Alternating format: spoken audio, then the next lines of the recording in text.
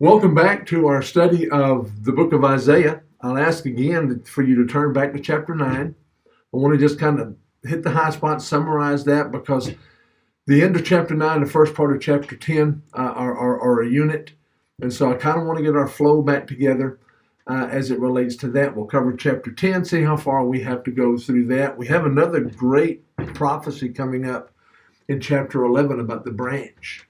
And so want to be able to give ample time to be able to discuss that.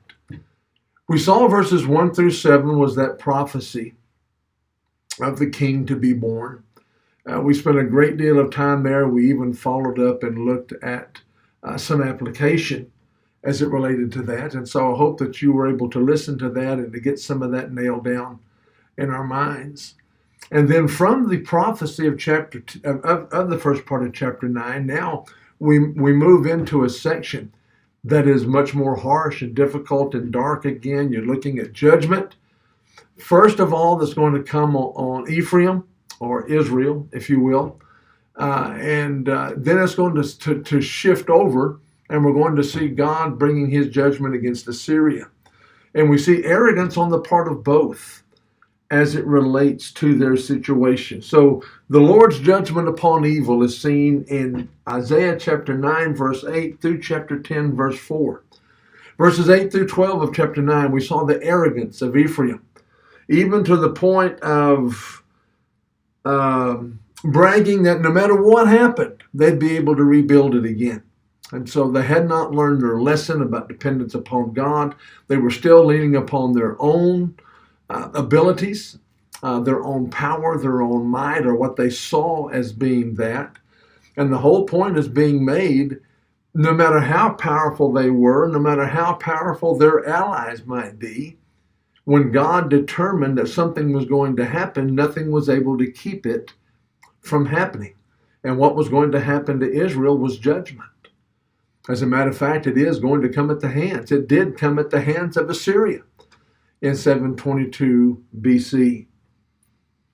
Verses 11 and 12, God would come in judgment upon them because of that pride, as we've already discussed. And these are all situations that will apply so well to us today as it relates to our relationship. May we realize that nothing that is accomplished by us is because of our power. It's only as we work with God. It's only as we reflect on the gospel. It's only as our character is molded after what God reveals for us to be. It's not anything inherent.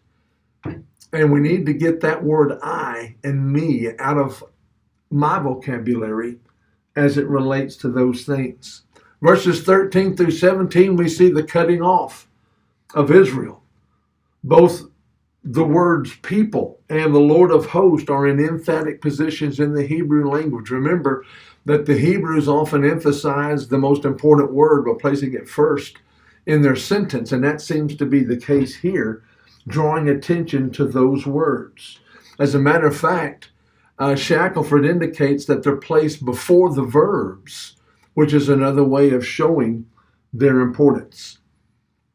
I love a quote by a man named Motier in his commentary on Isaiah when he said, the only way to flee from God is to flee to God. And how powerful that was. We look at the book of Jonah. We see that being the very case. Jonah thought he could run away from the responsibility that God gave him. It was only when Jonah turned back to God and his will that he was able to do those things. God had sent prophet after prophet to the northern tribes. Many of them had been mistreated. Some of them had been killed. Matthew chapter 23, verse 37, again, those who kills the prophets and stones those who are sent to them. How often I wanted to gather you together, but you weren't willing. They epitomized, Israel did, those various things, and they're going to come down because of it. Verses 14 and 15 said the head and the tail, the elders and the leaders of the people were to be cut off in a single day, talking about the immediacy, how quick it was going to happen.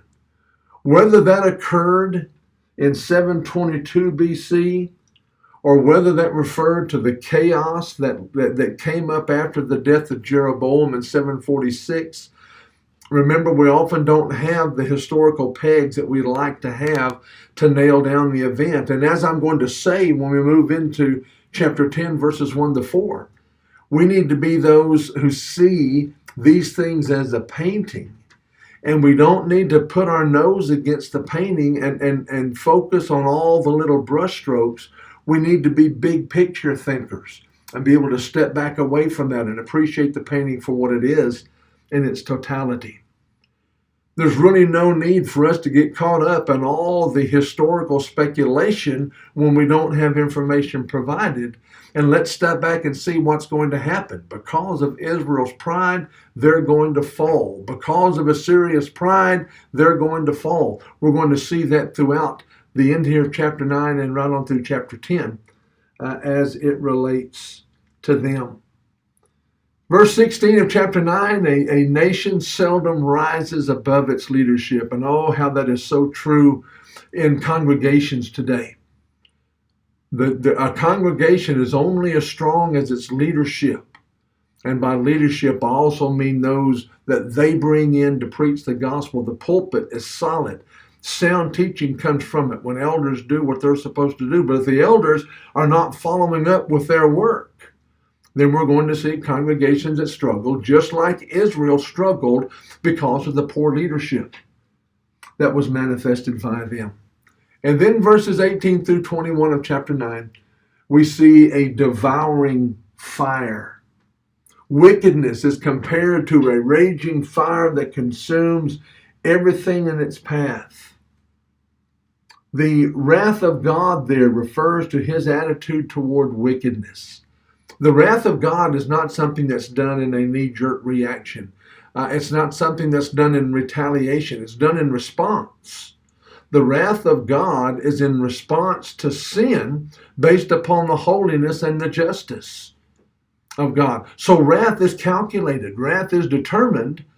But also we need to see, as it relates to Israel, that wrath is also it's brought about by self. It's self-inflicted, in that sense of suffering through those things. Sin has the power to destroy human relations, especially the close ones. And sin completely destroyed Israel to the point that they were indeed carried off into Babylonian captivity. Okay, so let's now move into chapter 10, verses 1 through 4, and look at the bane of social injustice. Let's read verses 1 through 4 together. Woe to those who decree unrighteous decrees, who write misfortune which they have prescribed, to rob the needy of justice and to take what is right from the poor of my people, that widows may be their prey, and that they may rob the fatherless. What will you do in the day of punishment and in the desolation which will come from afar? To whom will you flee for help? And where will you leave your glory? Without me they shall bow down among the prisoners, and they shall fall among the slain. For all this his anger is not turned away, but his hand is outstretched still. This chapter logically connects with chapter 9 that we just completed. These thoughts complete the theme of God's judgment against the nation that was introduced back in verse 8 of chapter 9. Charges of sin were leveled against those in authority. You have a leadership crisis that was going to result in horrific results as it relates to what Assyria was going to do to them. They were legislating in a way that was unfair and unjust. And so what we're looking at here is complete social injustice. You're looking at people who are being taken advantage of in a corrupt, evil, sinful society. Verse 1 says both the lawmakers, that's those who enact civil statutes, and administrators, those using positions of power for personal gain, they were all denounced by God. They were looking for personal gain, but they were taking advantage of the poor and the widows and the downtrodden to be able to attain the things and the positions that they were doing. Verse 2 says those who were being robbed were the needy, the poor, the widows, and the orphans. Note how every one of those are dependent upon somebody else for their help. When we continue to look through our New Testaments, we see that widows who are widows indeed need to be cared for. You're looking at orphans who need to be supported, taken care of. You're looking at the poor that hopefully we can reach out and help them in some capacity. We have to be those who are sensitive to the needs of those. As Christians, we should step out and look for ways that we can help all of these. And I have a special place in my heart for the widows of any congregation, because they no longer have a husband. In some cases, they no longer have a family, and they need somebody to help them. And how sad to see people taking advantage of them for personal gain. For me, that's often the worst kind of person to see. Verses 3 and 4. Isaiah asked 3 questions concerning God's punishment for that sin. No escape is possible when God finally makes the decision that judgment is going to occur. The Hebrew word for punishment is a word that can also be translated as visitation. When God visits with the purpose of punishing, nothing can stop him from completing his task. The idea here is presented as God intervening as a superior power. He's more superior than any of those that had built up their own pride because of their own external things that external criteria that they were looking for to establish their greatness. The idea here again is God is going to make a great change in the situation of those who were there. Israel needed to know that they had nowhere to go as it related to what they were going to face. There's no way they could avoid what was to happen when God finally said, that's it. They're going down. They had nowhere to hide from God. Well, next we shift in chapter 10. The destroyer is going to be destroyed. We've talked about what happened with Israel. We saw all of the problems that were going on, and we there at least see in verses 1 through 4 just one situation that was describing social injustice that was just one symptom of their overall problems that were being addressed by Isaiah at this point. Assyria was the tool that God used to bring about his wrath, to bring about his judgment on Israel.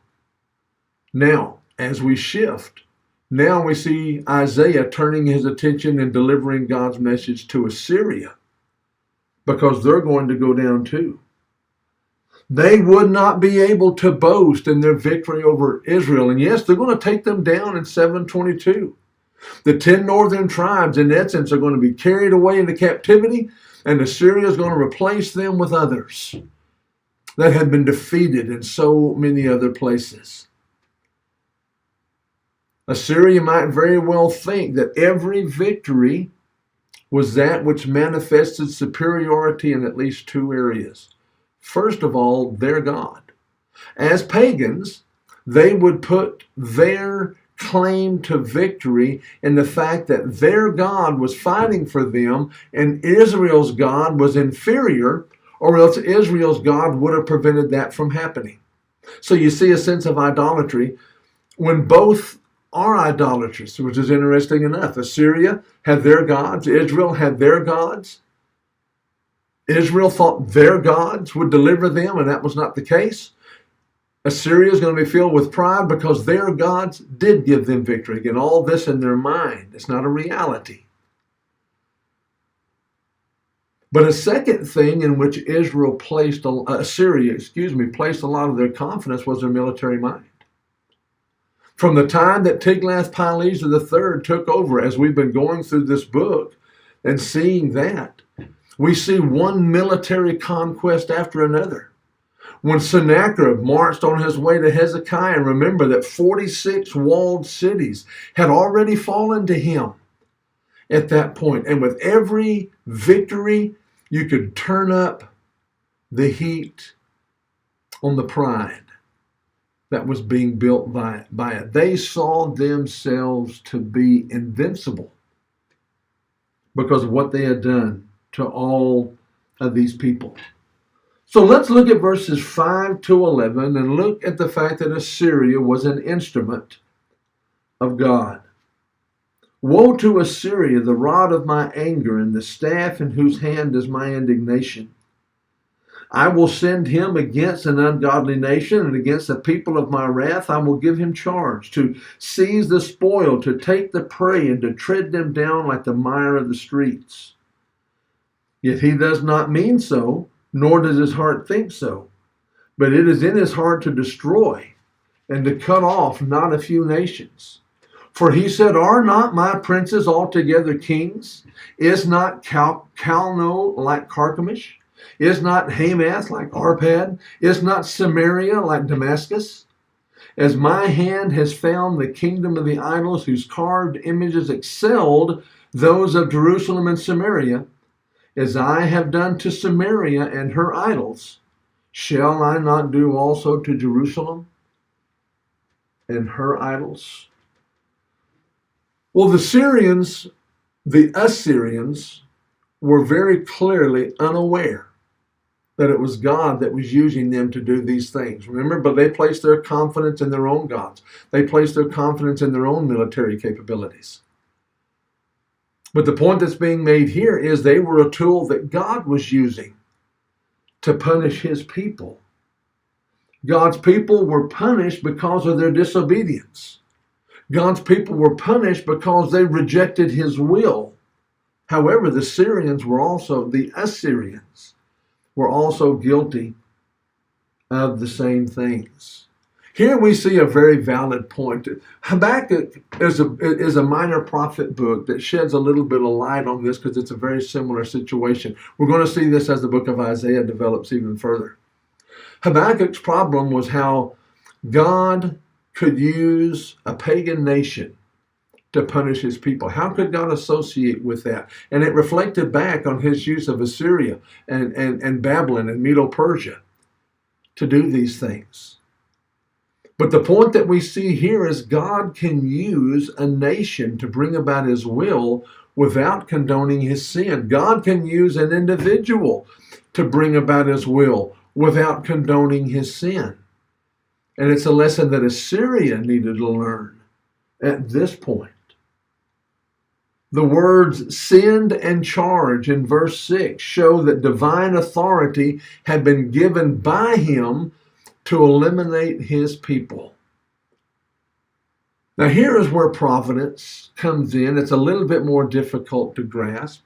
God did not superimpose his will over the free choice of the king of Assyria in doing these things. It's going to be Sargon II who's going to bring down Israel when the time comes. He made choices, but God was one who was using those choices. And in essence, we look at these nations being a tool in God's belt to bring about his judgment on his own people. The king of Assyria was completely unaware of God's sovereignty. Remember, their hope and their pride was based in their gods, those pagan idols that they worshipped. Well, verses 7 and 8, Assyria was arrogant because she thought that what she had accomplished was because of her own might.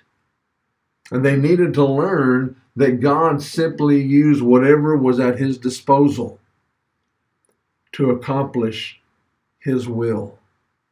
I can't help but think of just a clear-cut illustration in the first century, and that was Judas. Judas was not selected to be God's tool because he was righteous. As a matter of fact, prophecy told us what Judas was going to do. My own familiar friend with whom I ate bread.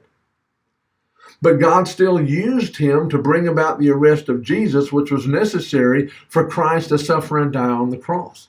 Nowhere do we see a commendation of the sin of Judah in relation to God using him as things transpired. It's the same thing here with Assyria. Nowhere do we find any record that God commended anything about the Assyrians. He was simply using the choices of that king to bring about his will. When we get over into Isaiah chapter 44, verse 28, we're going to see a man named Cyrus, who was prophesied by name, a Medo-Persian king that made the decision as it related to a foreign policy shift to bring the remnant back into the land. As a matter of fact, here in chapter 10, we'll see if we get to it today, we find the first mention of the remnant itself by name, although we see it by principle elsewhere. Cyrus was not a righteous person in his role as king. He had his own pagan deities to follow. Yet he had decided to make a change in the way Assyria and Babylon had both treated their captives as it related to moving some out and moving others in. Cyrus decided it would be better to send the people home, let them live in their home, let them get their religious life back on track, let them have some sense of self-leadership. That was not done because Cyrus was righteous. Cyrus was a tool that God used to bring the remnant back into the land, as he prophesies here so many places through the book of Isaiah. Now, verse 9, I'm going to have to say I don't know. In verse 9, I have no idea why these cities are laid out like they are. 6 cities that had been conquered are listed in pairs here. And geographically, the first city in each pair is farther south than the one with which it is paired. And I have no idea why that's the case. That's just simply part of the context. Verses 10 and 11, images and idols reveal the root of their theological problem. They're pagans. That's why Assyria is going to go down. They reject God's will. They make their own idols. They get a log or they get a rock and they create their own idol and set it up and begin worshiping it when God has called all people to follow him. We could probably better understand why pagans did this. It's harder for me to understand why Israel and Judah followed suit and holding to those idols rather than holding to the living God. Later on, we're going to see those idols being referred to as a burden because you had to pick them up and carry them anywhere they needed to go. They did not recognize the fact that God was in control, or they just completely rejected the fact that God was in control. Well, now let's look at verses 12 through 19 and look at Assyria's boast and the Lord's response to it. Therefore it shall come to pass when the Lord has performed all his work on Mount Zion and on Jerusalem, that he will say, I will punish the fruit of the arrogant heart of the king of Assyria and the glory of his haughty looks. For he says, by the strength of my hand I have done it, and by my wisdom, for I am prudent. Also I have removed the boundaries of the people and have robbed their treasuries, so I have put down the inhabitants like a valiant man. My hand was found like a nest, the riches of the people. And as one gathers eggs that are left, I have gathered all the earth, and there was no one who moved his wing, nor opened his mouth with even a peep. Shall the axe boast itself against him who chops with it? Or shall the saw exalt itself against him who saws with it? As if a rod could wield itself against those who lift it up, or as if a staff could lift up as it were not wood. Therefore the Lord of hosts, will send leanness among his fat ones, and under his glory he will kindle a burning like the burning of a fire. So the light of Israel will be for a fire, and his Holy One for a flame. It will burn and devour his thorns and his briars in one day, and it will consume the glory of his forest and of his fruitful field, both soul and body, and they will be as when a sick man wastes away. Then the rest of the trees of his forest will be so few in number that a child may write them. The problem with the king of Assyria, as we say lightly, is that he had an eye problem. No, not a physical eye, but it was I, it was me. We see self being given all the credit for the things that are being done. The words I and my occur 8 times just in verses 13 and 14 as it relates to the claims of the king of Assyria. And oh, what a much needed lesson we have today. May we realize that the things that are accomplished in a congregation are accomplished because of what God's word is able to accomplish. The preacher shouldn't think of himself more highly than he should. The congregation shouldn't elevate a preacher to a place that he doesn't deserve. May we all realize that it's us and we, as we work with God and his way, that brings about so many good things in congregations today. God had Isaiah illustrate how much he hated arrogance and boasting. In verse 15, he refers to the axe, the saw, the club, and the rod. And in essence, what he says is they're powerless on their own. Their power is determined by who uses them and who holds them. An axe is a great tool, and a sharp axe is very effective, but it's built upon the ability and the strength of the one that is wielding the axe. And the same thing can be said about each of those 4 things that are addressed. It's the same with nations. God is the power that's behind the scenes. And that's a message that Isaiah says over and over and over again, especially through the first 35 chapters of the book. Verse 16, when the Assyrians marched against Jerusalem, they were in reality marching against their own destruction. The victory belonged to God, not Hezekiah, not Hezekiah's army. 185,000 were destroyed in one night without a shot being fired, without an arrow being shot. It was God who stopped Sennacherib from doing the things that he wanted to do against Isaiah. In verses 17 through 19, we see God's destruction of those forces marked the beginning of the end of Assyrian glory and might. In less than 100 years, Assyria was going to fall to the Babylonians. All through this time, we see Assyria being a power, the world power. But behind the scenes, Babylon is slowly gaining and building. That's also going to be a matter of prophecy from Isaiah. He's going to refer to Babylon.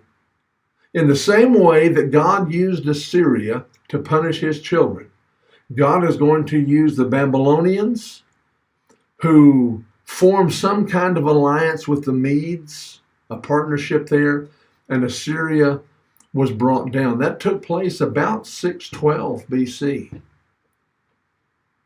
Began a few years before that. But that's when we see Babylon begin their march. And as a matter of fact, it's going to be 606 BC when Daniel, Shadrach, Meshach, and Abednego are carried away in that first assault by Babylon. They've already taken Assyria. Now they're moving on others.